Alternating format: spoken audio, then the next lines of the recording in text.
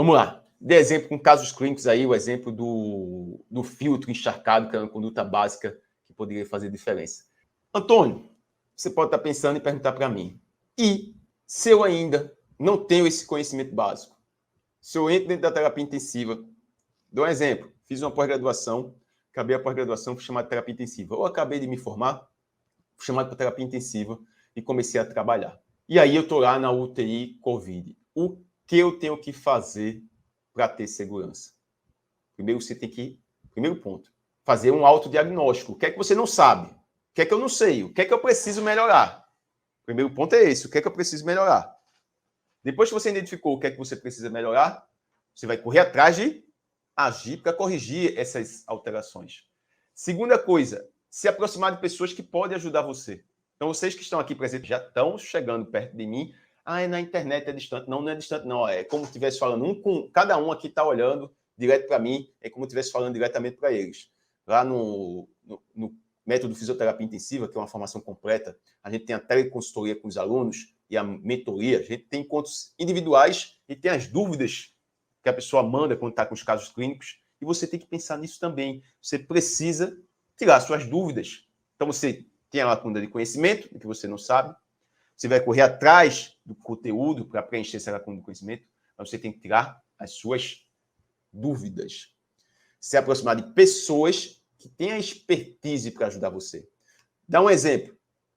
Atuando como coordenador da terapia intensiva, lembra do caso aí que eu disse que o filtro estava encharcado e por isso já acontecer com outros pacientes sem ser Covid, a gente já sabe que aumenta a resistência. Eu fui lá, identifiquei e troquei o filtro. Mas tinha profissionais começando a atuar que não tinha essa expertise ainda.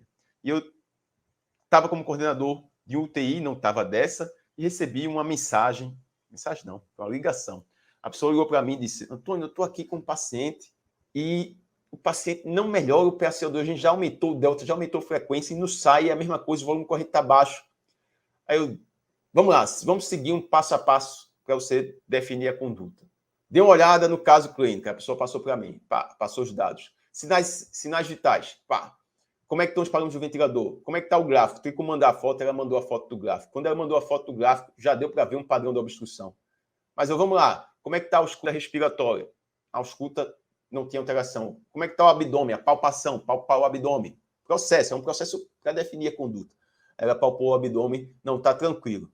Já não tinha palpado, disse palpa e depois liga para mim de novo. Ela foi lá, palpou o abdômen, não, está tranquilo. O paciente não está fazendo esforço, não é ele brigando com o ventilador que está causando a resistência. Eu fiz, faz assim, troca o filtro. Ah, não, mas não está vendo. Não, mas pode trocar o filtro. O filtro aí, você já aspirou o sistema de aspiração fechado, não veio secreção. Está com aumento de resistência. Você já mostrou aí a radiografia, não tinha tubo, não estava mal posicionado, estava tudo ok. Troca o filtro. Não, mas isso não vai resolver. Troca o filtro. Não tá, parece que não está encharcado. Algumas vezes pode ser que não pareça ter encharcado. Aí eu trocou o filtro. E aconteceu a mesma coisa que aconteceu com o paciente que tinha acontecido comigo. O volume corrente foi lá em cima. Pô, fizesse máscara, não foi embaixo, que é o básico. É porque a pessoa só ainda não tinha o conhecimento disso. A partir do momento que ela já tem esse conhecimento, toda vez que ela tiver um caso assim, ela vai pensar dessa forma. Porque ela já teve o conhecimento. E esse é um conhecimento prático, que é diferente de experiência. Eu repito sempre muito isso. Você pode ter 10 anos de experiência e não saber nada correto, né? Pode saber coisas erradas. Conheço pessoas assim, conheço. E muitas vezes é difícil colocar na cabeça da pessoa que ela precisa mudar, que ela precisa se atualizar, que ela tem que ficar perto de pessoas que vão ajudar a ela ter o conhecimento.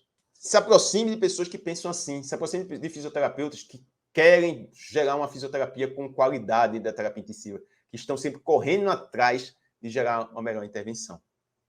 Já dei exemplo de fisioterapeutas que fazem condutas como ficar preparando de seringa para realizar a aspiração, que ficam só trocando o filtro, mas não é porque estão identificando uma resistência aumentada, mas é porque ele só faz aquilo. É de 3 dias vamos trocar o filtro, e não são condutas específicas. Então, entendeu isso, que é o básico, vai fazer você ter muita segurança dentro da terapia intensiva. Se você for observar, aqui, estou batendo sempre isso na tecla. É o básico, é o básico, é o básico. E vocês vão ver, quando eu for no final demonstrar um passo a passo para você ver tirar esse paciente, que é o básico, que é o básico. E você tendo o controle disso, você consegue ter segurança. Tem um jeito errado de ventilar o paciente com Covid? Tem. Primeiro jeito errado, que se repete, a pessoa achar que Covid é sinônimo de síndrome de desconforto respiratório agudo. Não é sinônimo. Então, o paciente pode estar entubado e não ter uma síndrome de desconforto respiratório agudo, uma SARA. Ele não é sinônimo. A Covid é doença causada pelo coronavírus, que pode gerar uma síndrome respiratória grave. Mas síndrome de desconforto respiratório agudo, a SARA, que eu posso ter falado errado aqui na hora que eu estava falando a sigla, não são sinônimos. Não é Covid, não é sinônimo. Então, o paciente pode ter síndrome de desconforto respiratório agudo sem ser Covid, e o paciente pode ter Covid, está entubado e não ter a síndrome de desconforto respiratório agudo. E aí, muitas vezes, o pessoal já acha que é e vamos ventilar igual um paciente que está com a síndrome de desconforto respiratório agudo. Dentro do protocolo, a gente fazia ventilação protetora, mas era para fazer ventilação protetora a maioria dos pacientes. Se você está identificando o drive pressure, está identificando o volume corrente mais baixo, está identificando a pressão do platô menor que 30, a maioria dos pacientes. Mas, o paciente está com a PF menor que 150. Vamos pronar o paciente que é Covid, PF menor que 150. Vi isso se repetir várias vezes. Que, na verdade, era um tubo seletivo, ou era um paciente que tinha perdido o tubo estava se estubando e vazando a pressão todinha pelo cuff, ou era um paciente que estava com pneumotórax e não era para ser pronado. Qual foi o erro da conduta? Por que foi uma conduta insegura? Porque na cabeça é como a pessoa tivesse um cavalo lá olhando só para aquele ponto. E dentro da terapia intensiva, para você gerar uma intervenção segura, também na ventilação com o paciente com Covid, você tem que ter todos os dados necessários para ir definir a intervenção.